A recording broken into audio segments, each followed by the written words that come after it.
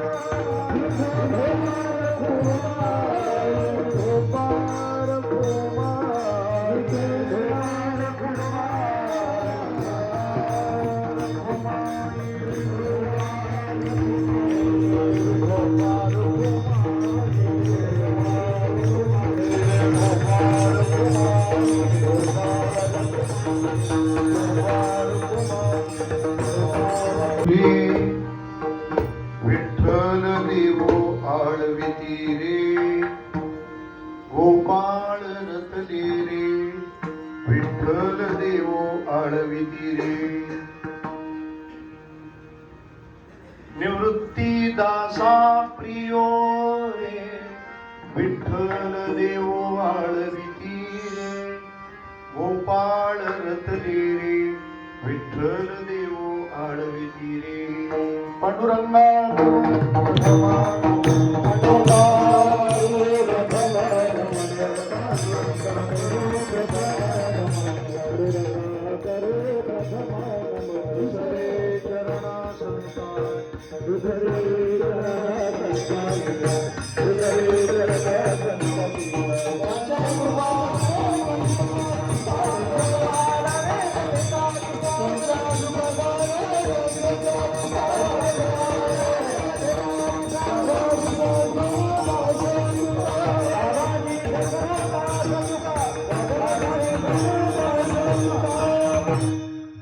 ओम नमो ज्ञानेश्वरा करुणाकरा दयाळा तुमचा अनुग्रह लाधलो पावन झालो चराचरी सेवे लागी सेवक झालो तुमचा लाभलो निज अहो स्वामी दया देवा यावरी न करावा अवघेर सेवे लागी सेवक झालो तुमचा लाभलो निज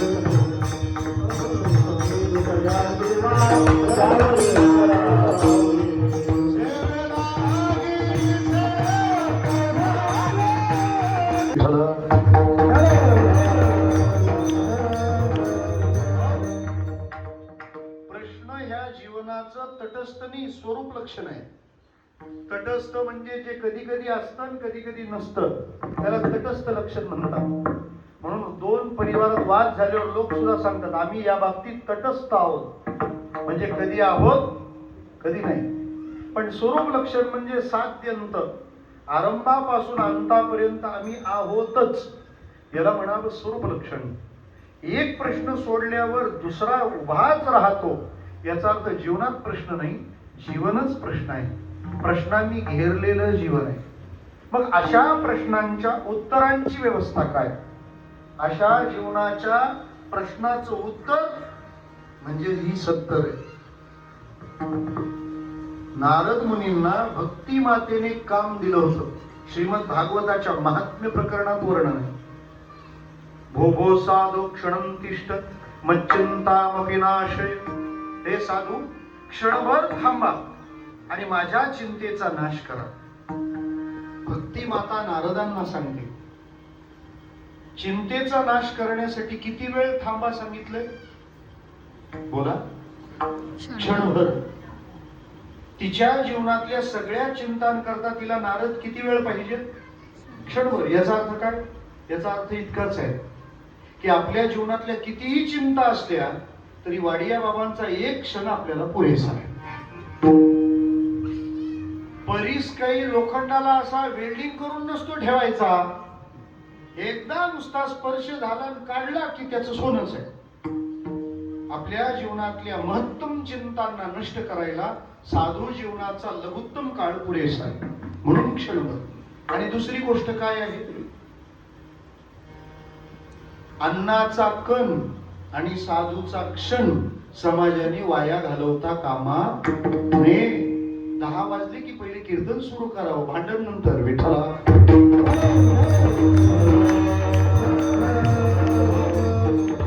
कारण काय सांगतं भागवत? अन्नाचा कण आणि साधूचा क्षण वाया घालवायचा नसतो.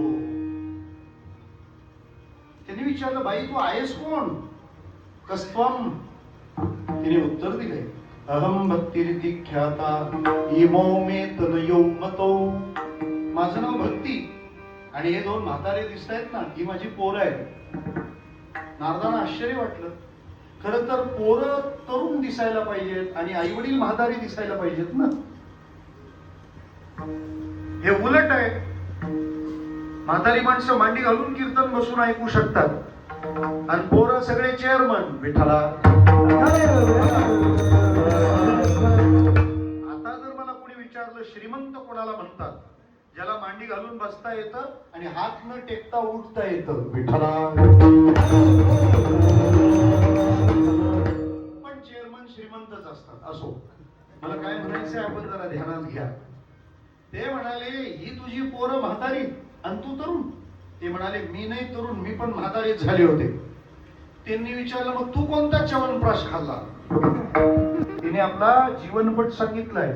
उत्पन्ना द्रविडे साहम वृत्तीं कर्नाटके गता क्वचित क्वचिन महाराष्ट्रे गुर्जरे जीर्णतांगता. मी द्रविड देशात जन्माला आले, केरळ. कर्नाटकात मी वाढले, महाराष्ट्रात कुठं कुठं दिसले, गुजरात मध्ये मी म्हातारी झाले, आमची पोरही म्हातारी झाली. पण वृंदावनात जेव्हा मी आले ना त्यावेळेला मी तरुण झाली पण पोरं तशीच राहिली. ती भक्ती माता आहे हे जेव्हा नारदांना कळालं, नारद इतके आनंदित झाले. ते म्हणाले, हे भक्ती माते, तुझी कृपा आहे म्हणून या कलियुगात माणसांना उद्धाराची व्यवस्था आहे. कारण अन्य युगात करण्याची साधनं कलियुगात करता येत नाही. तुम्ही योग फक्त ऍसिडिटी घालवण्यासाठीच करू शकता. त्या मार्गाने देव भेटणं मुश्किल आहे. आता योगाच्या मार्गाने देव भेटला तर तो योगायोग समजावा, निव्वळ विठ्ठला.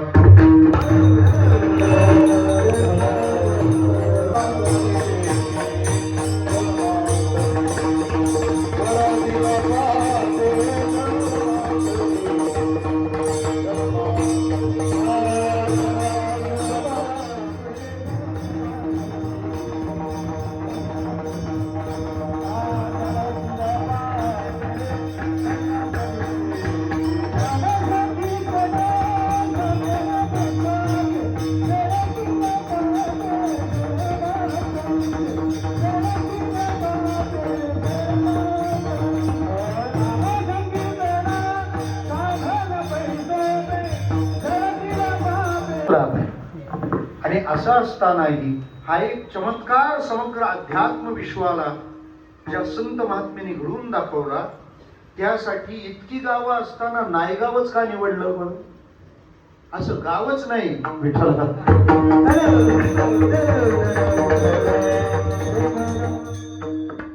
त्यामुळं कोणत्याही माणसाची नायगावला येतानाची भावना फार वेगळी आहे, फार निराळी आहे. संत माऊली वाडिया बाबांच्या दर्शनाचा स्वार्थ नायगावची तारीख घेण्याचं एवढं एकच कारण आहे विठ्ठला. कारण तारखेला हो म्हणताना कोणत्या तरी अनुकूलता मजबूत असाव्या लागतात. तशी इथे येण्याची अनुकूलता तीच आहे की वाडिया बाबांचं दर्शन आम्हाला करता येईल. आम्ही आमचे सगळे युवा घेऊन आलोय. जैनजी तरी अल्फा राहिला घरी विठ्ठला.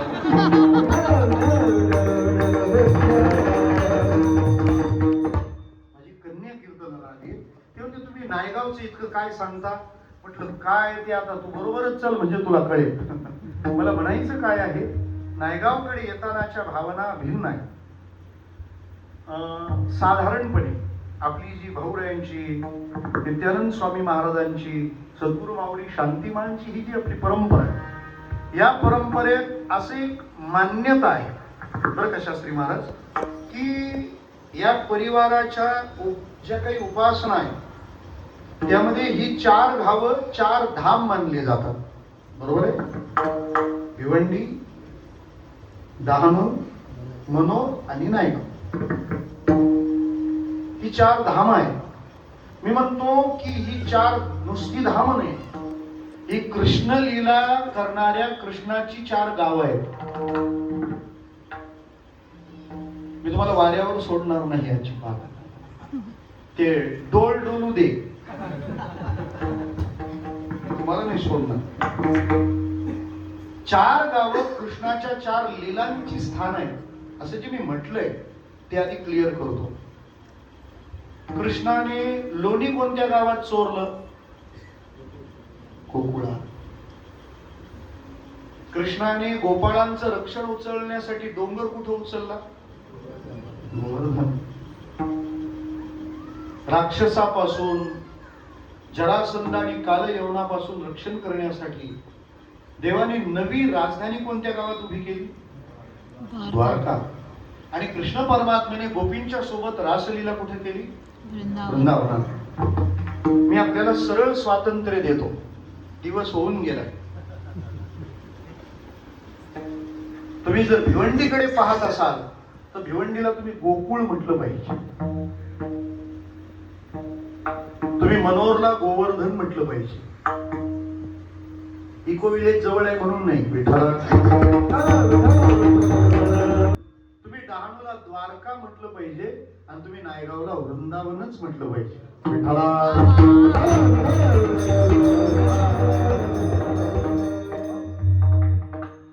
दिलेल्या उपमा मी व्यवस्थित पूर्ण करतो, कारण या उपमा देणं हा काही पारियाचा रवा घेणं नाहीये ज्याच्यात परोपरी यत्न असतात. एवढ्या उशिरा तुम्हालाही फार त्रास देणं इष्ट नाहीये. ऐका, मी भिवंडीला गोकुळ का म्हटलं ते सांगतो, मी मनोरला गोवर्धन का म्हटलं तेही सांगतो, मी डहाणूला द्वारका का म्हटलं तेही सांगतो, आणि नायगावला मी वृंदावन का म्हटलं तेही सांगतो. भिवंडीला गोकुळ यासाठी म्हटलं, त्याचं कारण गोकुळामध्ये भगवंताच्या बाललीलांचं कर्ण आहे. तिथं बाललीला भगवंतानी व्यक्त केलेली आहे, प्रगट केलेली आहे. मग बाललीलांमध्ये काय, यशोदेने कृष्णाच्या मागोमाग धावावं, कृष्णाने पुढं पुढे निघावं, तळवे तळ हात टेक, गाणारे गेले घरी विठ्ठला तळवे तळ हात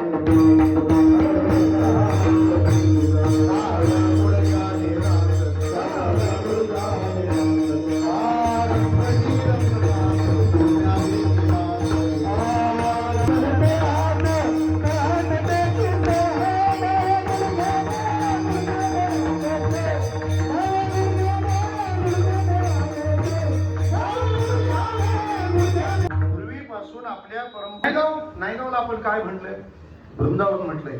नायगावला वृंदावन का म्हटलंय, त्याची कारण इतकी आहे. तेवढ्या वेळात इथून ट्रेनचा माणूस वृंदावनला जाईल. पहिली बाब वृंदावन म्हणण्याचं कारण, वृंदावनातली सर्वोत्तम उपासना मानली आहे नृत्य. एक लक्षात घ्या, जगामध्ये भजनाची सुरुवात ही उच्चाराने करायची असते, आणि त्या उपासनेचा कळस होतो नाचण्याने. हे मला चिंचोटीच्या ट्रॅफिक मध्ये सापडलेलं फिलॉसॉफी नाहीये. श्रीमद भागवतात यातला आपल्याला पुरावा पाहता येईल. वाग्गद्गदा द्रवते यस्य चित्तम हृदत्य भीक्षणं हसति क्वचिच्च विलज्जवद्गायति नृत्यते च मद्भक्ति युक्तो भुवनं पुनाति. उद्गायति गायन करतो, नृत्यते च शेवट कुठे आला, नृत्य. आता कळलं आपल्याला, जगाची उपासना वाणीने सुरू होते आणि नृत्यामध्ये थांबते. वृंदावनातली उपासना नृत्यापासून सुरू होते. विठ्ठला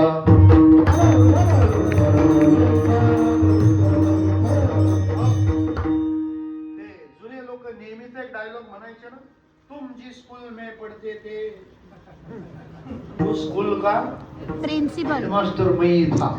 तसं सगळे ज्या शाळेत शिकतात ना, त्या शाळेचं हेडमास्टर म्हणजे वृंदावन. नृत्य ही तिची सर्वोच्च, तुम्हाला झालेला आनंद अभिव्यक्त करण्याची परमोच्च भूमिका, स्थिती, कृती, तिला म्हणतात नाचणं. नाचणं यापेक्षा वेगळा आनंद व्यक्त करण्याचं दुसरं माध्यमच नाही, किंवा आनंदाच्या परमोच्च अभिव्यक्तीचं माध्यमच नाचणं.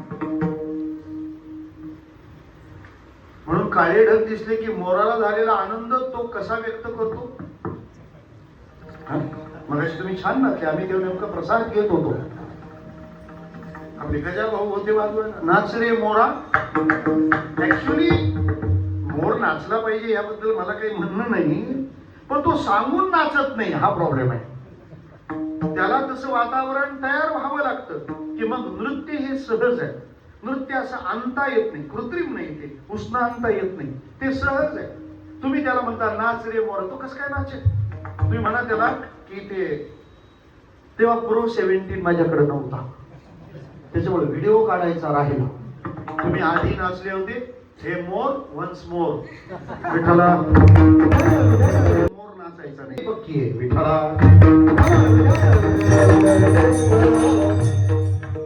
म्हणजे नायगावकर जर रास गरबा नाचत असतील तर हे नायगावकरच आहे हे त्यांच्या नाचण्यावरून कळतं, आणि त्याच्यात कोण भेसळ घुसलाय ते पण कळतं. विठ्ठला नृत्यातले हातवारे सारखे करता येतील, पण अंतःकरणाची निर्मलता कुठून आणणार. ही वाल्मिकेश्वराने तुम्हाला दिलेली देणगी आहे असं मी म्हणेन. श्रोते हो, नृत्य ही उपासना आहे, म्हणून नायगाव हे वृंदावन आहे. एक दुसरी महत्वाची बाब, या भूमीला वृंदावन बनवणारे महात्मे म्हणजे प्रेममूर्ती वाडिया बाबा. भाऊरायांच्या चरित्राची पुनरावृत्ती प्रकाशित झाली, त्यामध्ये वाडिया बाबांच्या चरित्राचा नव्याने समावेश केला गेला. प्रेममूर्ती सुभाष मामा आणि मी, आम्ही दोघे ते लिखाणाचं काम करत होतो. वाडिया बाबांबद्दल खूप अप्रूप होतं, कारण जी माणसं बोलकी आहेत, लिहिणारी आहेत, त्यांचा अंदाज येतो. पण जे विधेय अवस्थेमध्ये आहेत, जे कृष्ण बोधामध्ये लीन आहेत, त्यांची मोजमाप आपल्याला काय काढता येणार आहे? आपण तितक्या उंचीचे आहोत का? ते कोणत्या बोधावर आहे, तो बोध आपल्याला कळेल का? का तुका म्हणे अंगी व्हावे ते आपण, तरीच महिमान येईल कळो. भक्ताचा महिमा भक्तची जाणावी, दुर्लभ या गती आणि कासी. वाडिया बाबा जन्माने पारशी होते, परंतु कृष्ण भक्तीची अशी ओढ लागली महाराज. हरिवरदा या ग्रंथांचं नित्य अनुष्ठान बाबांनी केलं. वाडिया बाबा भिवंडीला पहिल्यांदा 1950 साली आले. परांजपे, केशवराव परांजपे त्यांना घेऊन आले होते. च्या लक्षात येईल आणि नवी मंडळी लक्षात घेईल. विठ्ठला विठ्ठला. हे जे उत्सव आहेत ना, हे उत्सव ज्याने त्याने ज्याचे त्याचे करायचे उत्सव नाही. भिवंडीचा उत्सव आहे तो मनोरकरांनी येऊन करावा. मनोरचा उत्सव डहाणूकरांनी करावा. डहाणूचा उत्सव नायगावकरांनी करावा. आणि नायगावचा उत्सव भिवंडीकरांनी येऊन करावा. हे एकमेकाकडे जाणं असलं पाहिजे. जसं दरवर्षी आम्ही इथे येतो, तुमचा कोणाचाच पत्ता नसतो. विठ्ठला. त्यामुळे मी आधीच म्हटले, सगळी साईड कामं करूनच जावं लागतं मला. आता नीट तारखा लक्षात घ्या. 31 डिसेंबरला प्रेममूर्ती सुभाष मामांचा पुण्यतिथीचा उत्सव सरळांब्याला त्यांच्या समाधीस्थानी असणार आहे. त्यावेळेला मला अष्टपदी गायला भिवंडीकर पाहिजेत आणि तिथे रास नाचायला नायगावकरच पाहिजेत, नाही तर खबरदार. विठ्ठला.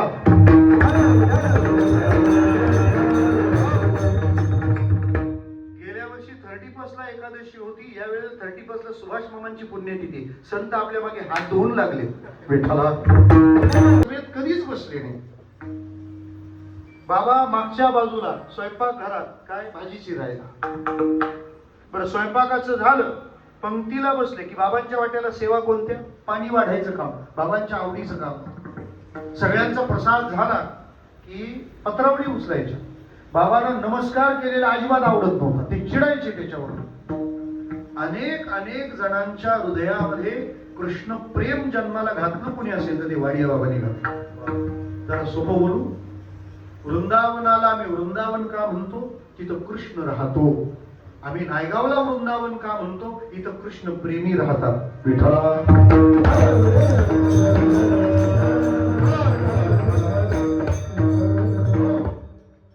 मी तर असं म्हणेन, वृंदावन पेक्षा आम्हाला नायगाव अधिक श्रेष्ठ आहे. का? वृंदावनात नुसता कृष्ण आहे, पण नायगावला कृष्ण प्रेमी आहेत. म्हणजे कृष्णाच्या पलीकडे कृष्णाचं प्रेम हे अधिक सोलीव आहे. अधिक सोलीव आहे. सोपं सांगतो मी तुम्हाला. जर खारी खायला दिली तर काय टाकाल आणि काय खाल? बी टाकून खारी. उशीर लावाल तर माझा वेळ पण खाल. पटकन बोला.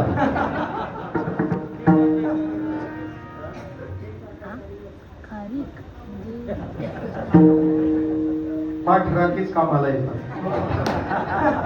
बाबांचं असं म्हणणं आहे, बीट टाकायची, आतलं टाकून द्यायचं आणि वरचं खायचं. ठरलं? पण एवढ्यात एकाने आपल्याला पिस्ता आणून दिला. पिस्ता माहिती ना, असा हा तोंड करून असतो तो. मग आपण काय करायचं? काय भगवंताने जसा त्या नखराचा जबडा फाडला, तेच काम आपण पिस्त्यासोबत करतो. कारण तो पिस्ता निस्ता खायचा असतो. खारीक खाताना काय केलं होतं? बाहेरचं खाल्लं होतं, आतलं फेकलं होतं. पिस्ता खाताना तोच नियम करतात नाही. आता काय करायचं? बाहेरचं फेकायचं, आतलं खायचं. ठरलं? एकाने आंबे आणून दिले, सरळ आंबे. आता आतलं खायचं आणि बाहेरचं फेकायचं असंच ठरलंय ना? नाही. मग बाहेरचं खायचं आणि आतलं फेकायचं असं ठरलंय का? तुम्ही काहीच बोले ना. बाहेरचं खायचं आणि आतलं फेकायचं म्हणजे साल खायची, बाकी फिरून द्यायचं. आतलं खायचं म्हणजे बाठा खायचा आणि बाकी सगळं फेकून द्यायचं नाही. आता ते बाहेरचंही फेकायचं, आतलंही फेकायचं आणि मधलं चाखायचं. काय नाही, उचलायचा आणि तोंडातच टाकायचा. तसं वाडिया बाबा म्हणजे पेढा आहे विठ्ठला.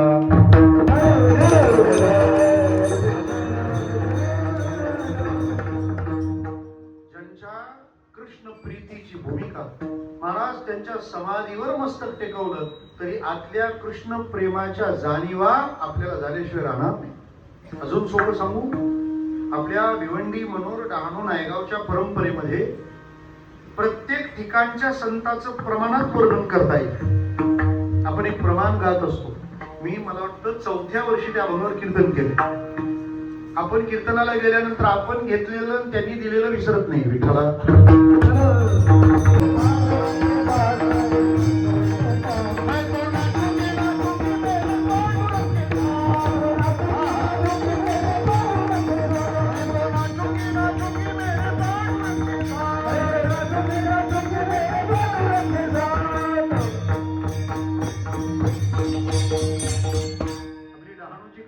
उदयवाही करतात ना, त्यांचा असा हात पकडायचा माग आणि त्यांचा हात धरून त्या नाचायच्या. मैं तो नाचूंगी नाचूंगी मेरे पांडुरंगे साथ. डहाणूला सगळे जण आले. किती जण आले त्यांनी हात वर करा. आता इथं डहाणूला एकदा तरी आले, करा हात वर. म्हणजे ज्यांचे हात खाली आहेत ते भाग्यवंत मला कळतील. उद्या कळतीलच विठाला कळतील. आता ज्यांचे हात खाली राहिले त्यांनी 29 तारखेनंतर हात वरच केले पाहिजेत. असं करायचं. आता शांतिमानचा पुण्यतिथी उत्सव आहे. सकाळी 11 ते 1 आपणच भेटणार आहे, काही अडचण नाही. त्या डहाणूच्या सभागारामध्ये कीर्तनकार जिथे उभे राहतात त्याच्या मागे एक कोनाडा आहे. तुम्ही येऊन बघा, फार आनंद वाटेल. त्या कोनाड्यामध्ये काचेच्या मानचं स्वरूप ठेवलेलं आहे उभं. आणि ते स्वरूप असं बसलेलं उभं किंवा नुसतं उभं नाही, ते नृत्य करतानाच आहे आणि मानना समाधी लागलेली आहे. एवढंच वर्णन करतो का, म्हणजे ते ऐकून तुम्हाला चटक लागेल. हक्क सांगितलं तर सगळं संपेल. नाही 29ला पाहिजे तुमच्यावर जबाबदारी, तरच आपल्याला फोन करायचा. म्हणजे गाये कोण? शांताराम भाऊ महाराज. नाचे कोण? शांतिमान. त्या शांतिमानचं नाचे हे काकड आरतीतलं होतं आणि त्याच नाचे पदाचं द्वितीय रूप म्हणजे अष्टपदीतलं नृत्य करणारं वाडिया बाबांचं स्वरूप. म्हणजे गाये भिवंडी, नाचे डहाणू आणि नायगाव, उडे राहिलं. कल्याणच्या राममारुती महाराजांचं चरित्र पहा तुम्ही. श्रीराम जयराम जय जयराम म्हटलं की ते असे उड्डाण करायचे. ते उड्डाण इतके असायचे कधी कधी झुमरापर्यंत ते जायचे. आपल्या परंपरेमध्ये नाचे म्हटलं की वाडिया बाबा. आपले भाऊपाली आले नाही यावर्षी, त्यांची तब्येत बिघडली. मी त्यांना म्हटलं तुम्ही किती छान नाचता हो. ते म्हणाले हा वाडिया बाबांचा प्रसाद आहे विठ्ठला.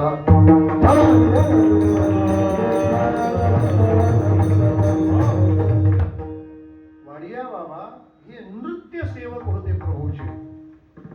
मी वृंदावन म्हणण्याची 2 कारण. तिसरा विचार आहे, वाडिया बाबा कधीच वृंदावनला गेले नाहीत. ही माहिती असावी आपल्याला. काय कारण? ते म्हणायचे मी एकदा जर वृंदावनला गेलो तर मी परत येणार नाही. का परत येणार नाही? ज्ञानेश्वर महाराज सांगतात. एकाला त्याच्या लग्नात गिफ्ट आलं, मिठाची हत्ती. मित्रांनी दिली असावी अशा आयडिया त्यांना सुचतात. बरोबर आहे ना?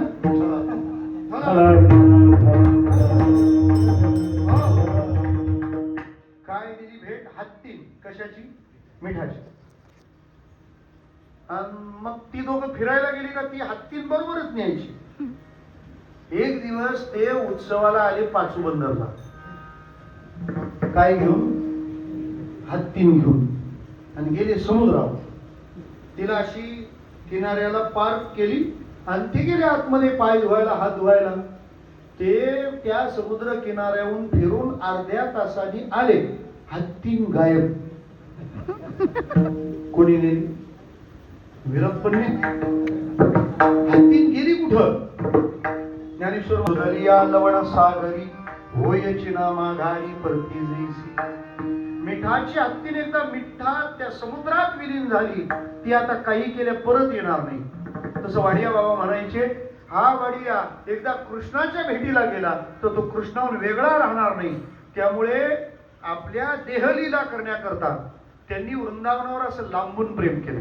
मला असं वाटतं ते का वृंदावनला गेले नसावेत, त्याचं कारण आपल्या परंपरेतल्या दृष्टांताने सांगतो. भागवताचे शुकदेव म्हणजे ब्रह्मलीन डोंगरे महाराज, ते भागवताच्या प्रवासात असताना एकदा डहाणूला आले होते सत्संगामध्ये. आणि डहाणूला आल्यानंतर तिथल्या विठोबाचं दर्शन केलं आणि तिथली कथा आटोपून पुढे सुरतला कथेला गेले. आणि तिथल्या कथेत त्यांनी असं सांगितलं, तुम्ही जन्माला आलेल्यावर एकदा तरी पंढरपूरला गेलं पाहिजे. आणि दुसरं वाक्य सांगितलं, ज्याला पंढरपूर लांब आहे म्हणून जाता येत नसेल त्यांनी डहाणूला गेलं तरी चालेल, तोच विठोबा इथं उभा आहे. हे कोणी सोम्या गोम्यानी बोललेलं नाहीये. कोण बोलले? ब्रह्मलीन डोंगरे महाराज. मला असं वाटतं वाडिया बाबा वृंदावनला का गेले नसावेत, त्याचं कारण वृंदावनवाला वाडिया बाबांच्या प्रेमात पडून इथं आला, आता तिथं काय जाता विठ्ठला. देव जर वृंदावन बनवू शकतो तर भक्त का वृंदावन बनवू शकणार नाही. म्हणून वाडिया बाबांनी नायगावला नायगाव ठेवलं नाही, वृंदावन करून ठेवलंय. आणि अशा वृंदावनात काय चाललंय ज्ञानेश्वर महाराज त्याचं वर्णन पहिल्या चरणात करतात.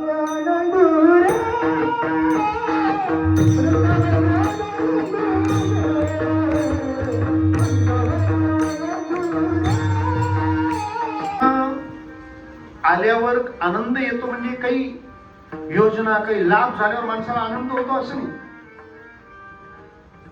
बहिणींचा या महिन्याचा हप्ता आला का नाही मला माहित नाही अजून, पण असं काही घडलं की आपल्याला आनंद होतो ना. शासनाला किती कळलं, 4 महिन्यापूर्वी त्या लाडक्या बहीण योजनेतून 14,000 पुरुषांची नावं बाजूला काढली विठ्ठला.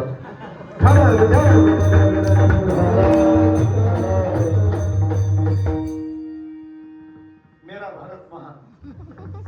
श्रोतेहो, झालं असं त्या श्रीकृष्ण परमात्म्याच्या बाबतीत विचारात घेताना त्या वृंदावनात आनंद झाला तो कशाचा.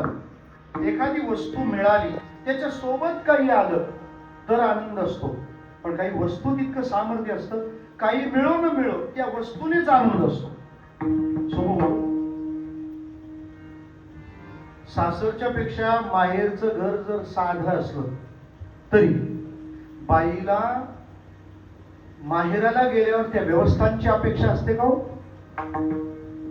ती माहेरला गेली की संपलं सगळं, मग तिथं ती सासर पेक्षा प्रतिकूलतेत राहील, पण तिला तिच्या माहेराचा किती आनंद असतो, किती आनंद असतो. हल्ली लेकींना माहेरात फार आनंद वाटतच नाही का, सासूरवास संपलाय.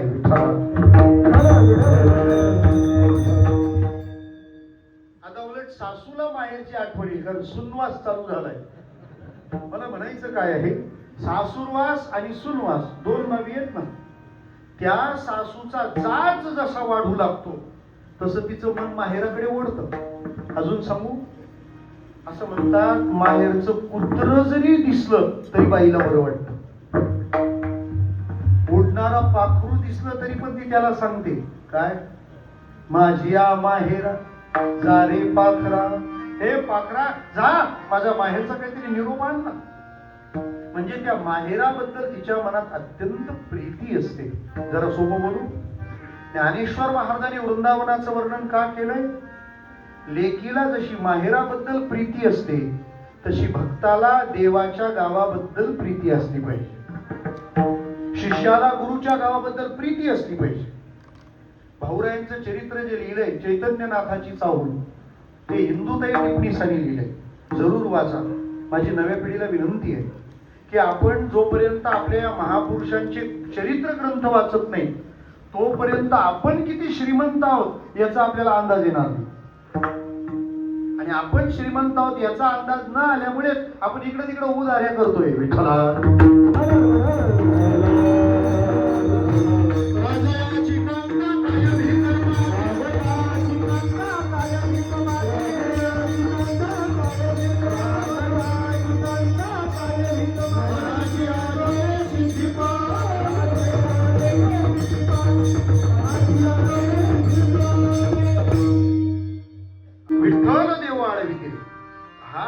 महाराजाची माझी पहिली भेट ती सांगतो आणि ही भेट थांबवतो. नाही एक काल्याचं कीर्तन वाटेल असो. वृंदावनातले थोर संत प्रेमानंद महाराज, त्यांच्याकडे एक आपले महाराष्ट्रातले वारकरी गेले होते महाराज. तुम्ही व्हिडिओ पाहिला असेल. डोक्यावर अशी विठ्ठल रुक्मिणीची मूर्ती, एकदम वृद्ध व्यक्ती, डोळ्यांनी फारसं दिसत असेल नसेल. सगळे प्रेमानंद महाराजांकडे पाहत होते, पण ते बाबा जसे आत आले ना तसे प्रेमानंद महाराज त्यांच्याकडेच पाहत राहिले. ते म्हणाले, आप में कुछ ऐसा आकर्षण है जो मुझे मोह ले रहा. म्हणजे माझं मन तुमच्याकडे धावतंय. इतने महात्मा आहे लेकिन हे अद्भुत आहे.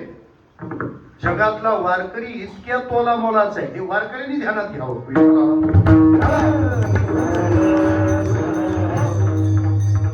एरवी लोक प्रेमानंद महाराजांना म्हणतात तुम्ही काहीतरी बोला.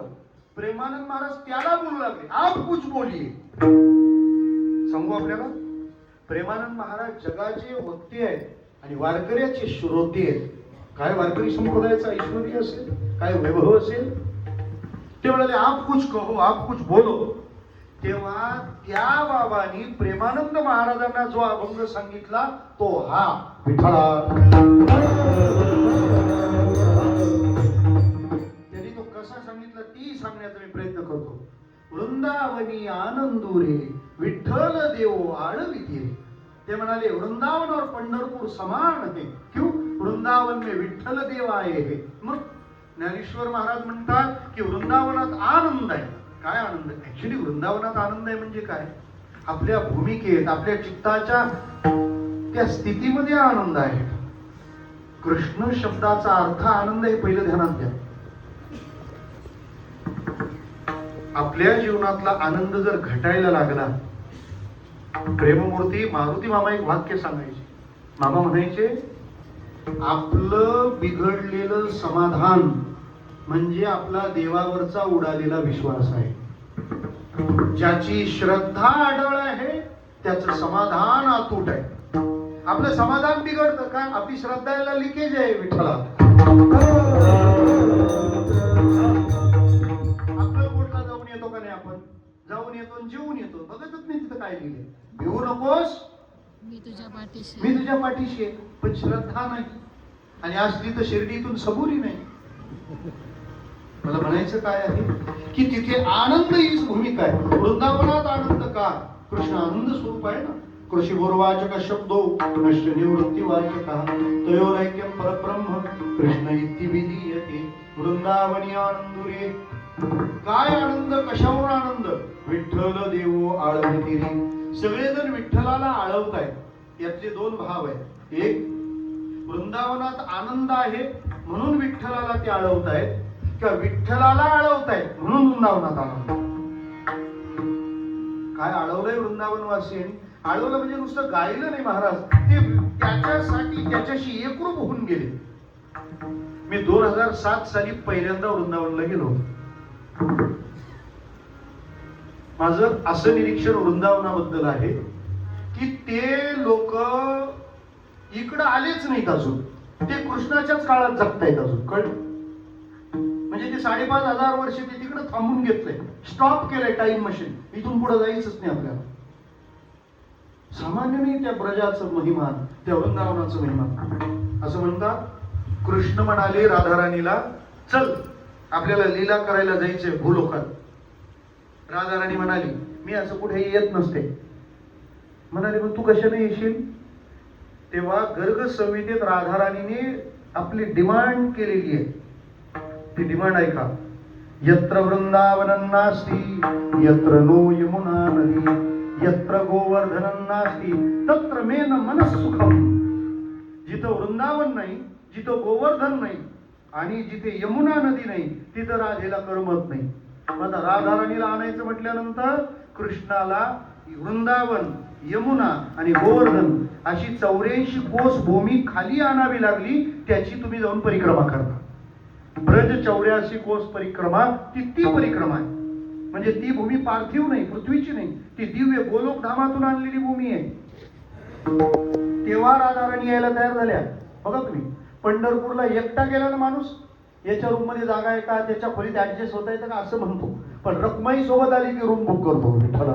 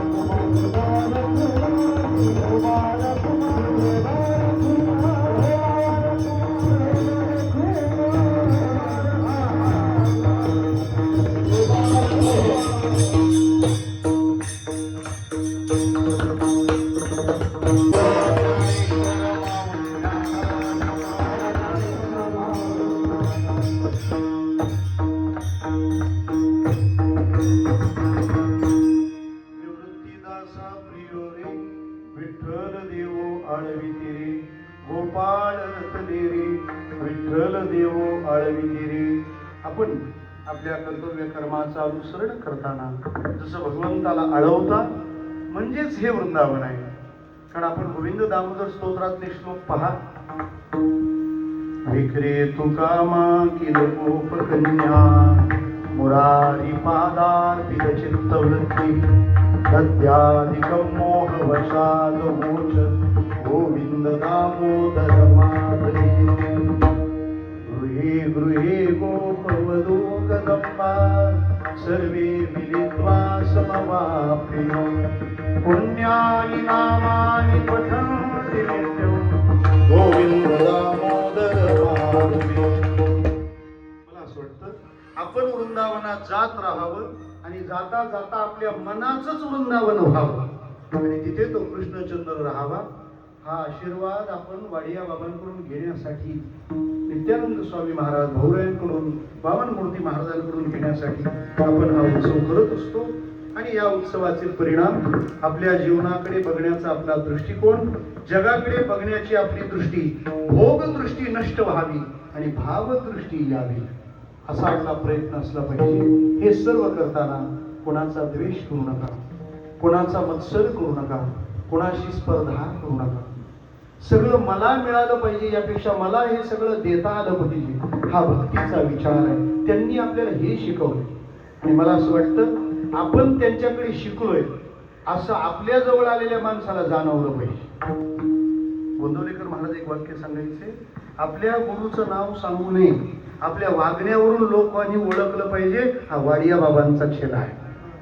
त्याच्यामुळे खरी गुरुची सेवा म्हणजे आपलं वागणंच आहे, त्याच्यापेक्षा वेगळी गुरु सेवा नाही. शुद्ध चर्या हे संतांचे पूजन. आम्ही त्यांना काय खायला घालतो, आपण त्यांना किती मोठा हार घालतो, यापेक्षा आपण आपल्या जीवनात आपलं वर्तन कसं ठेवतो संत एवढं पाहतात. मला असं वाटतं ते आपल्याकडून छान घडावं यापेक्षा आहे. आमचे गणेश महाराज शास्त्री इथं किती वर्ष झाली शास्त्री महाराज? 35. म्हणजे उत्सवाच्या निम्म्यावर ते आपल्या सोबत आले. कारण 35 दुने 70 आणि आता पुढे आहे 75. आपण सगळेजण छान दिव्य उत्सव करा. हे बघा 75 करायचं म्हणजे मोठा महाराज आणायचा, मोठं काहीतरी करायचं असं नाही, आपल्या भावना मोठ्या करायच्या. मला वाटतं हा खरा उत्सव. उत्सवाचा खर्च बजेट वाढला म्हणजे उत्सव काय बजेट होत असतात का? ते बजेट आणि जेट भरोसा कुठं आपल्याला. त्याच्यामुळे आपण अधिक प्रेमाने, अधिक भावनेने, अधिक नामस्मरण करणे हाच खरा उत्सव आहे. आणि अशा या उत्सवाची ही सगळी मंडळी बाबांनी, पौरांनी तयार केली.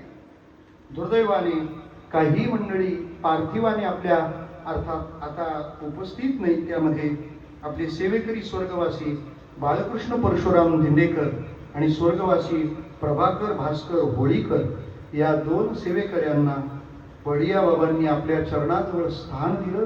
ही कीर्तन सभा त्यांना भावमय श्रद्धांजली समर्पित करते. जाता जाता प्रचितीला आमच्या 2 मिनिटं बोलते, तिला तिच्या भावना व्यक्त करायच्या आहेत. ती म्हणाली मी येईन, पण मी नायगावबद्दल काहीतरी बोलेन. म्हटलं हरकत नाही, व्यासपीठ आपलंच आहे, आमची माती आमची माणसं. तू 2 Shadi. Actually, it has been 16 years I have never came here. It's my first time, and it was really so nice experience. And first time I have attended the kirtan at night 10 to 12. Though I was feeling little sleepy, but then too. And what the thing is, after listening to places like Virar, Vasai, what things come in our mind is beach, chowpatty, everything, snacks, food, street food. But from today onwards, the thing which will come in my mind after listening Naigaon is Sandashi Vadia Baba Samadhi Mandir. And even I got a so much nice experience after seeing the Garba. Even I was feeling to enjoy but we have to go with our dinner.